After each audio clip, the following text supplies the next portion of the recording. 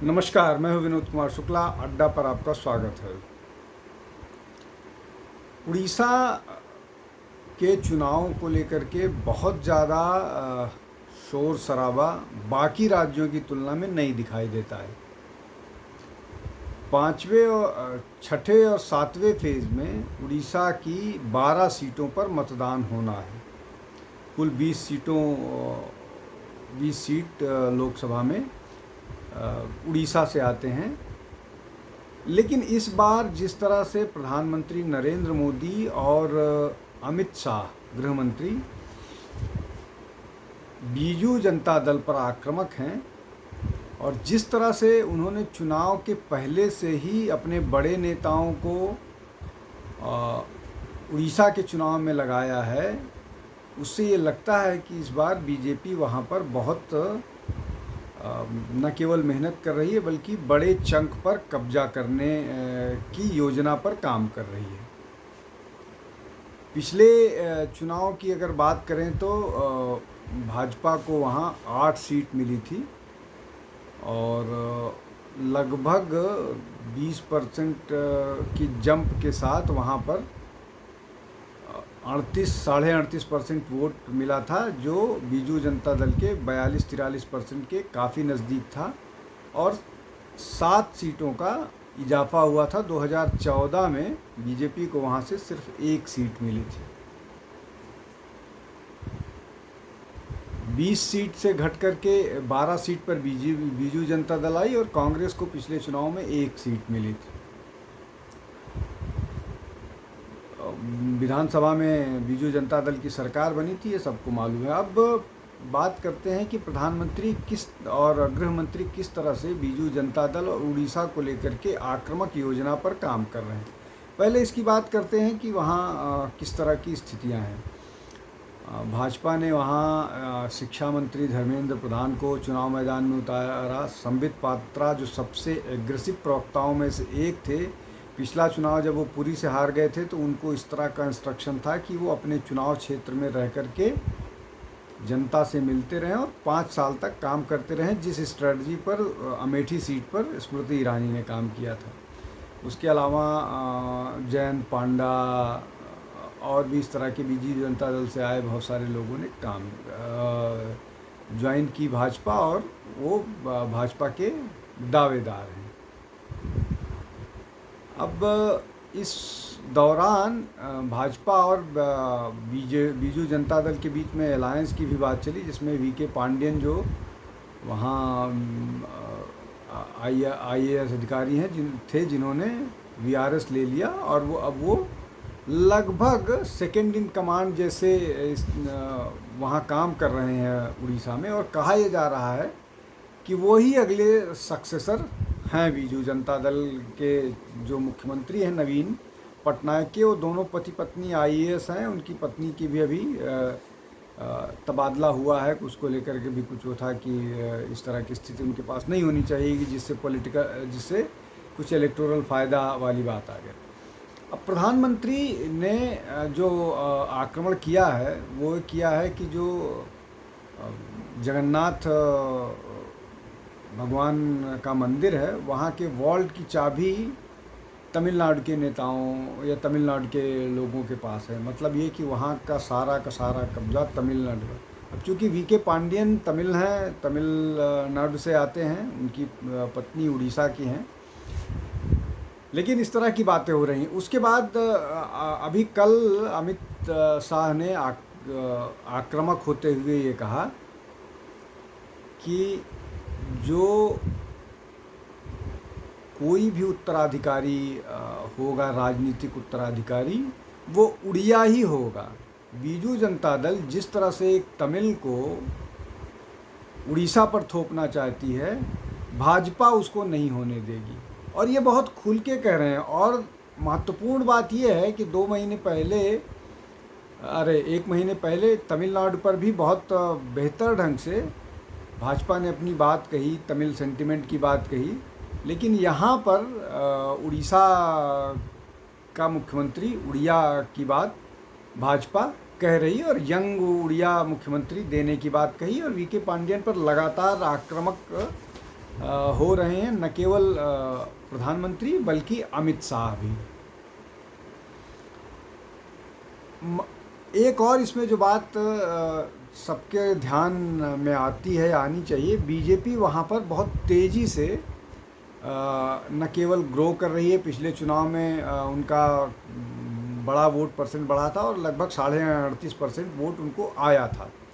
दूसरी तरफ कांग्रेस जो है वो बहुत तेज़ी से उसका अपना वोट परसेंट घटा है और अब वो वहाँ पर इस बार के चुनाव में भी कुछ बेहतर करने की स्थिति नहीं है, नहीं उनकी नज़र आ रही है। और संबित पात्रा के खिलाफ पुरी से जो कैंडिडेट थी सुचरिता महापात्रा, उन्होंने तो अपना टिकट भी वापस कर दिया, इसलिए कि सरकार से कांग्रेस से उनको फाइनेंशियल असिस्टेंस नहीं मिल पा रहा थी कि वो अपना चुनाव लड़ पाएँ, इसलिए उन्होंने टिकट वापस कर दिया। उन्होंने ये नहीं कहा कि वो पार्टी छोड़ के जा रहे हैं, वो कांग्रेस की कार्यकर्ता हैं, उन्होंने बोला कि वो कांग्रेस के साथ कमिटेड हैं और वो कांग्रेस में काम करती रहेंगी। दूसरे व्यक्ति को टिकट दे दिया गया और वो चुनाव मैदान में है। पुरी की सीट संबित पात्रा बहुत मजबूती से लड़ रहे हैं, बाकी और जितने भी कैंडिडेट हैं बहुत मजबूती के साथ लड़ रहे हैं और एक अनुमान ये लगाया जा रहा है कि इस बार जो कुछ गिने चुने स्टेट्स हैं पूर्व और दक्षिण के, जहाँ पर बीजेपी गेन करने जा रही है, मतलब उसमें केरल में अगर 1 सीट की भी गेन करती है, तमिलनाडु में 5 सीट की भी गेन करती है, तो उन सीटों में उड़ीसा और पश्चिम बंगाल का भी है। पश्चिम बंगाल में कहा यह जा रहा है कि बीजेपी 25 के ऊपर कुछ 25 के आसपास कुछ भी सीट जा सकती है। वैसे ही उड़ीसा के बारे में ये कहा जा रहा है कि बीजेपी वहाँ लगभग 16-17 सीट जीतने जा रही है, अपने पिछले चुनाव के प्रदर्शन को लगभग दोहराने जा रही है। 100% इम्प्रूवमेंट। 8 सीटें भी उसके पास है, उसको वो 16 कर सकती है। इस तरह का अनुमान उड़ीसा के बारे में लगाया जा रहा है। और जिस तरह से बीजेपी के नेता, विशेष रूप से प्रधानमंत्री और गृह मंत्री, बहुत एग्रेसिव होकर के आक्रामक तरीके से बीजू जनता दल पर, नवीन पटनायक पर, ए.के. पांडियन पर जिस तरह वीके पांडियन पर जिस तरह से वो आक्रामक हो रहे हैं, वो ये दिखा रहा है कि उड़ीसा में भाजपा को बहुत समर्थन मिलता हुआ दिख रहा है। उनकी रैलियों में भीड़ आ रही है, लोग इकट्ठा हो रहे हैं, समर्थन उनका कर रहे हैं। तो ये एक बड़ा बदलाव है। मुझे लगता है जो ग्राउंड रिपोर्ट्स हैं, जो सर्वेज आए हैं, वो भाजपा के लिए बहुत इनकरेजिंग हैं। और जो जिन मसलों की बात चाहे प्रधानमंत्री कर रहे हों या चाहे बाकी नेता कर रहे हों, इस बीच संबित पात्रा का एक विवादास्पद बयान आया, जो उन्होंने बोला कि उनकी ज़बान फिसल गई थी और उसके लिए वो प्रायश्चित कर रहे हैं 3 दिन का उपवास रख करके। तो ये सब कुछ अगर आप देखें तो इस तरह की स्थिति वहाँ नज़र आ रही है कि भाजपा बहुत मजबूती के साथ उड़ीसा का चुनाव लड़ रही है। और जो पिछला चुनाव विधानसभा का एक तरफा हो गया था, अगर वो इस बार हंग असेंबली जैसी स्थिति आ जाए तो कोई आश्चर्य की बात नहीं है। अब मैं ऐसा क्यों कह रहा हूँ कि बीजेपी को लोकसभा में 16 सीट मिल सकती है और असेंबली में हंग हो सकता है, उसके पीछे सिर्फ कारण ये है कि जो वोट पैटर्न होता है वो हमेशा लोकसभा और विधानसभा के लिए डिफरेंट होता है। लोकसभा में कई बार बीजेपी को ज़्यादा मिलता है, प्रधानमंत्री नरेंद्र मोदी के प्रति ज़्यादा लोगों को का रुझान वो झुकाव होता है।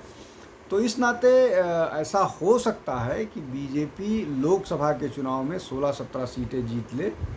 विधानसभा में बिना बीजेपी के समर्थन के इस बार बीजेडी को सरकार बनाना मुश्किल होगा। कांग्रेस शायद इस बार 1 सीट भी न जीत पाए, इस तरह की स्थिति उड़ीसा में होती हुई नज़र आ रही, इसलिए कि कांग्रेस का कैडर भी हतोत्साहित है और कांग्रेस के नेता भी बहुत मजबूती से चुनाव नहीं लड़ पा रहे हैं। फंड की कमी की बात मैंने आपको बता ही दी। सपोर्ट बेस, कार्यकर्ता संगठन पूरी तरह से डिमोरलाइज है।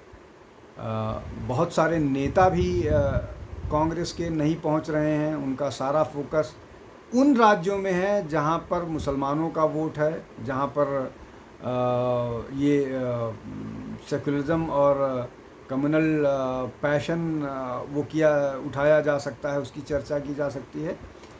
तो उड़ीसा कांग्रेस के राडार में नहीं है और वहाँ से वो लगातार कमज़ोर भी होते जा रहे हैं। और ऐसा लग रहा है कि इस बार चुनाव में उनको एक भी सीट नहीं, पिछले चुनाव में उनको एक सीट लोकसभा की मिली थी उड़ीसा से।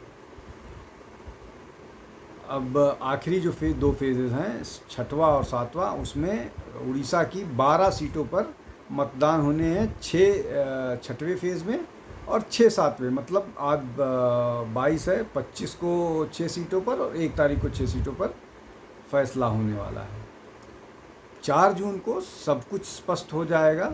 लेकिन जो बात जो आप वहाँ से रिपोर्ट के आधार पर जो आप अपना अंदाज़ा लोगों से वहाँ बात करके लगा रहे हैं, उससे अभी स्थितियाँ यही दिख रही हैं कि बीजेपी वहाँ सबसे बड़ी पार्टी के रूप में लोकसभा में उभरने वाली है। विधानसभा को लेकर के थोड़ा सा संशय है और हो सकता है कि विधानसभा में भी बड़ा रोल बीजेपी को प्ले करना पड़े, इसलिए कि वहाँ हंग जैसी स्थिति है। आज के लिए इतना ही। आप हमारे चैनल पर अड्डा पर आइए, जुड़िए, लोग दोस्तों के साथ आइए, अड्डेबाजी कीजिए और ज़्यादा से ज़्यादा लोगों तक हमारी बात, हमारे वीडियो पहुंचाने की कोशिश कीजिए, जिससे हम और बेहतर ढंग से नए वीडियो, नए उसके साथ आपके समक्ष हाजिर हो सकें। कल फिर किसी विषय के साथ हाजिर होऊंगा। बहुत बहुत धन्यवाद। नमस्कार।